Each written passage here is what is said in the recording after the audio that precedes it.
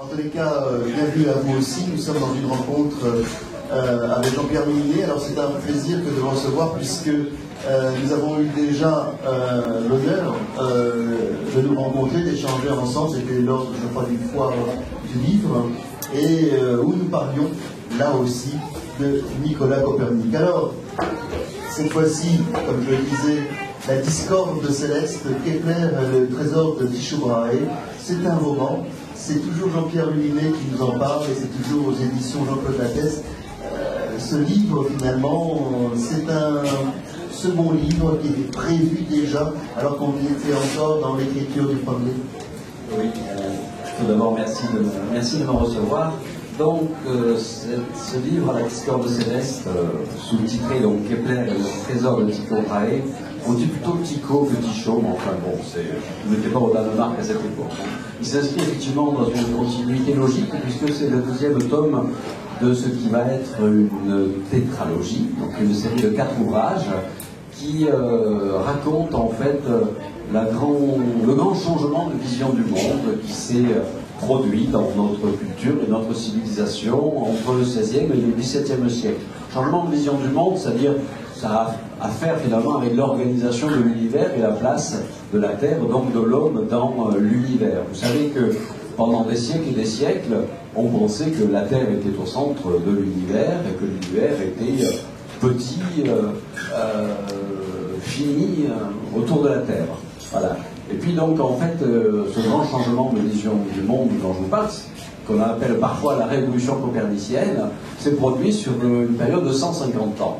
Donc le premier à commencer à bousculer les choses, c'est Nicolas Copernic, qui a dit non, la Terre n'est pas au centre de l'univers, c'est le Soleil, donc la Terre tourne autour du Soleil et sur elle-même, donc la Terre est animée d'un mouvement comme les autres planètes. Donc c'est une sorte de banalisation de la Terre par rapport aux autres astres. Mais Copernic n'a pas osé toucher au reste de l'organisation, de la vision aristotélicienne du monde, notamment l'univers fini, les étoiles toutes situées à la même distance, les orbites des planètes qui sont des cercles, etc.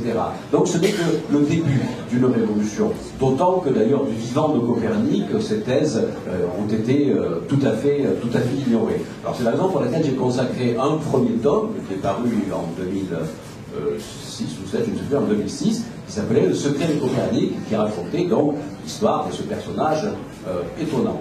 Alors le deuxième tome, ça se passe 50 ans plus tard. Donc 50 ans plus tard, Copernic continue à être quasiment ignoré de presque tous les astronomes, sauf de quelques-uns qui osent enseigner ou étudier un petit peu Copernic, bien que la vision de Copernic commence à être jugée hérétique par à peu près tout le monde, c'est-à-dire les deux églises, à la fois l'église catholique romaine et puis l'église réformée.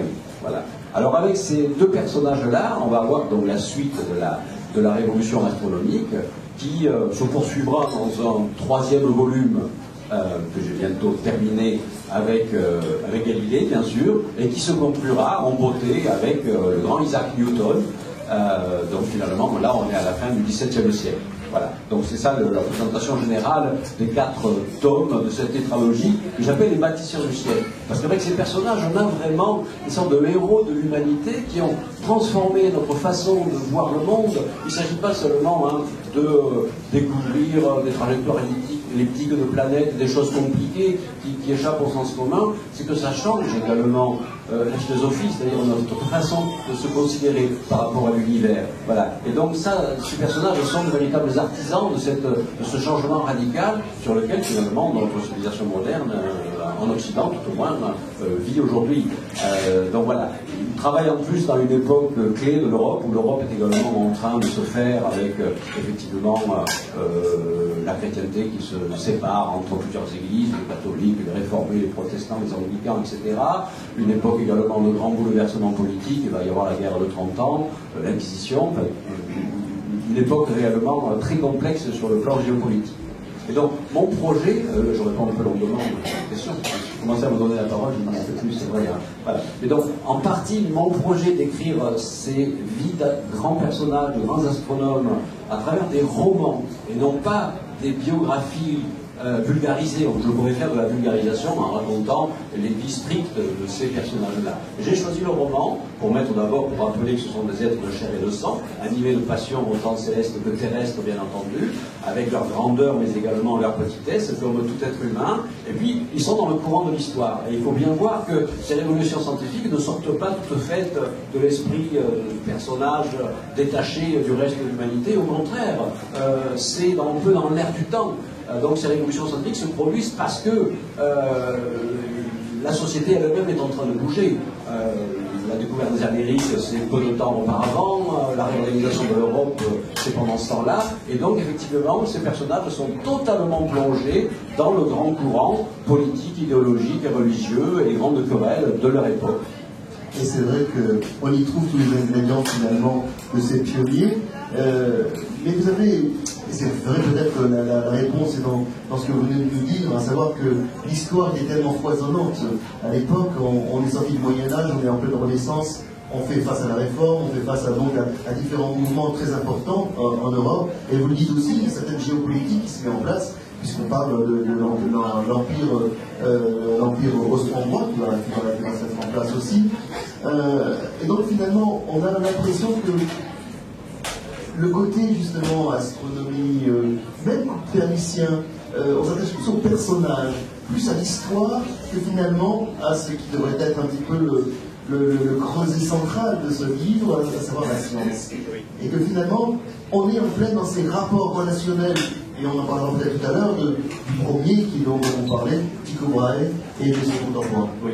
Ben, en fait, j'ai voulu cela parce que justement, je n'ai pas voulu mettre l'accent exclusif ou trop grand sur la partie justement l'œuvre scientifique de ces personnages.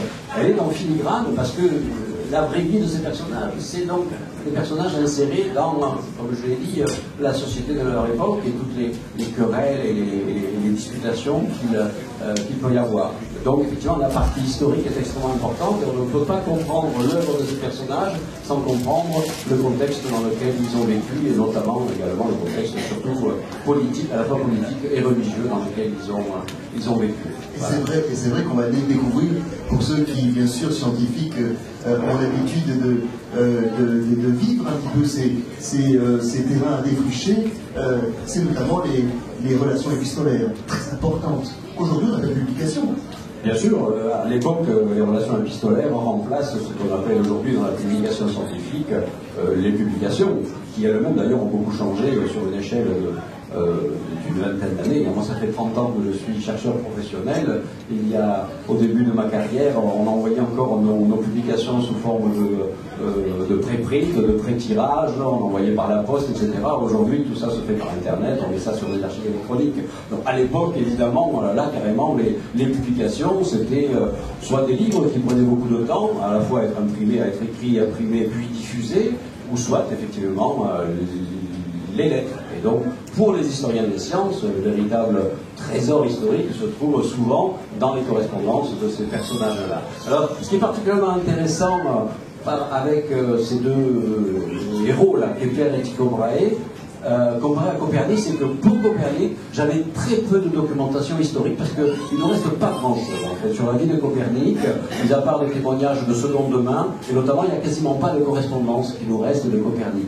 Donc, du coup, l'invention de romanesque pour Copernic avait peut-être effectivement plus de latitude pour se déployer. Avec Kepler et Tycho Brahe, on a tellement de documentation historique et en même temps une correspondance extrêmement fournie, qui est vraiment disponible à tout le monde, que là, finalement, l'imagination romanesque est bridée, mais d'un autre côté, sur le plan littéraire, c'est un autre défi littéraire que d'être à la fois très attaché à la documentation, à la réalité historique, mais après d'arriver à se détacher dans le style et la forme et la narration, de se détacher de ce côté qui pourrait devenir trop pédagogique ou pesant, cette réalité historique. Alors il faut trouver un juste équilibre, et bon, j'espère l'avoir trouvé, mais c'est pas à moi de le dire.